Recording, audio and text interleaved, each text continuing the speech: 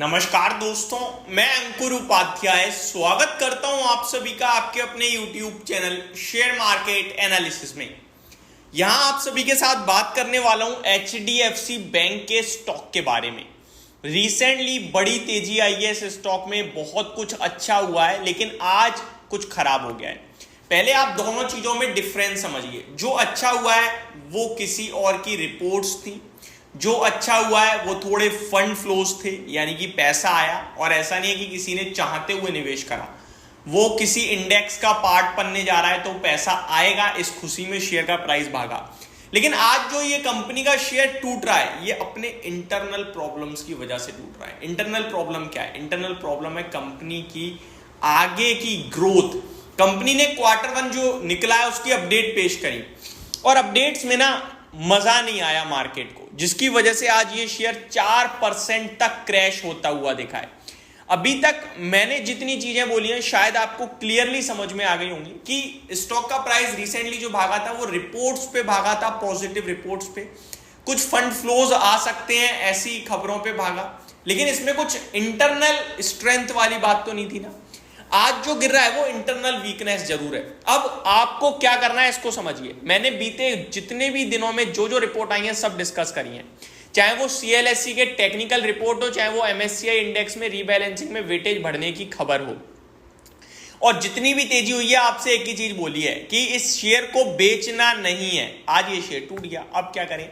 मैंने I think कल या परसों लास्ट वीडियो बनाई थी जब इस पे, तो मैंने कहा था अगर आप ट्रेडर हैं तो 1680 का स्टॉप लॉस प्लेस करिए, और अगर आप इन्वेस्टर हैं तो 1640 का स्टॉप लॉस प्लेस करिए। स्टॉक इसी भाव से हर बार घूम जाता है, इस बार भी घूमेगा तो आप एक लेवल पे आके निकल जाएंगे and thank you so much करके छोड़ देंगे।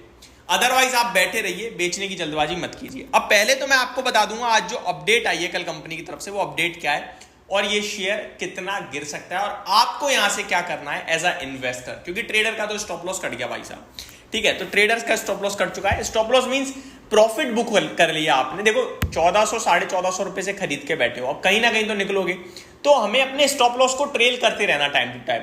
अभी स्टॉक 1770 गया, हमने 1680 का स्टॉप लॉस रखा टेक्निकल टर्म्स पे।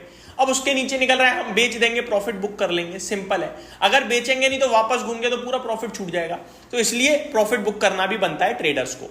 अगर आप इन्वेस्टर हो तो क्या करें, तो उसको समझने की कोशिश करते हैं। पहले मैं आपको कंपनी के अपडेट बताना चाहूंगा। देखो अपडेट आते हैं दो टर्म्स पे, एक पैसा कितना बांट रही है लोन के रूप में, और दूसरा पैसा कितना आ रहा है डिपॉजिट के रूप में।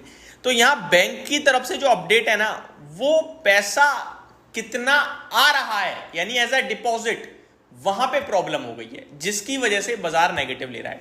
और ये फर्स्ट टाइम नहीं है जब डिपॉजिट्स के मामले को लेकर HDFC में प्रॉब्लम है। आपको लास्ट टाइम का याद दिलाना चाहूंगा, तब भी थी प्रॉब्लम, तब भी HDFC बैंक को लेकर हमने काफी वीडियोस बनाई थी। स्टॉक 10% टूटा था। वो कह रहे थे, एक वर्ड भी था जो मैंने यूज करा था लास्ट क्वार्टर के जब नंबर आए थे, 10% क्रैश हुआ था 1400 रुपए, तब मैंने कहा था ये लेने का भाव है बेशक कुछ भी हो।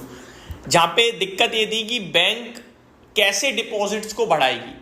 अगर डिपॉजिट कोई बैंक को बढ़ाने हैं तो उसे ज्यादा इंटरेस्ट पे करना पड़ता है, क्योंकि वो लालच दे, एडवर्टीजमेंट दे कि आप हमारे पास पैसा दीजिए 7% इंटरेस्ट पे देंगे। HDFC बैंक ने नाम बना लिया है अपना, वो देते हैं 4-4, 5-5% का इंटरेस्ट, तो कोई जा नहीं रहा। छोटी छोटी बैंकें 7-7% ऑफर कर रही हैं, तो वहां डिपॉजिट चले जा रहे हैं।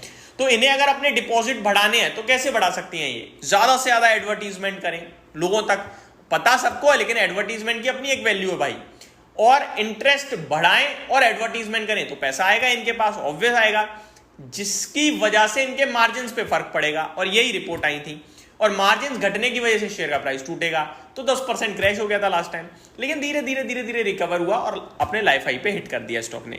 अब एक बार फिर डेटा आया, फिर नेगेटिव, और फिर शेयर टूट गया। अब क्या सुनिए, कासा डिपॉजिट्स यानी current account and saving accounts को मिक्स करके अगर डिपॉजिट्स देखा जाए तो क्वार्टर ऑन क्वार्टर बेसिस पे कोई बढ़त ही नहीं है, फ्लैट सिंपल वहीं का वहीं खड़ा है। अगर बिलियन में रुपीस दी रखे हैं, फिगर्स जो हैं देखूं मैं तो 23,798 बिलियन थे, अभी भी 23,790 बिलियन, यानी क्वार्टर ऑन क्वार्टर 8 बिलियन कम हुए हैं डिपॉजिट। तो हल्का कम है, बढ़ा कुछ भी नहीं है। ईयर ऑन ईयर बेसिस पे देखोगे तो 6.2% की बढ़त है, जो कि बहुत ही छोटी बढ़त मान रहा है बाजार। अब दूसरी तरफ ग्रॉस एडवांसेस देखो आप तो साल दर साल तो 52.6% जम कर रहे हैं, लेकिन क्वार्टर ऑन क्वार्टर 0.8% है, यानी कि लोन भी उतना नहीं बांट रहे। बट लोन बांटने की दिक्कत नहीं है। बैंक ने लास्ट टाइम भी कहा था कि ग्रोथ अनलिमिटेड कर सकते हैं, बट हो सकता है कि हमारा पैसा ऐसी जगह चला जाए कि आगे चलकर दिक्कत आए तो एनपीए बढ़ जाए।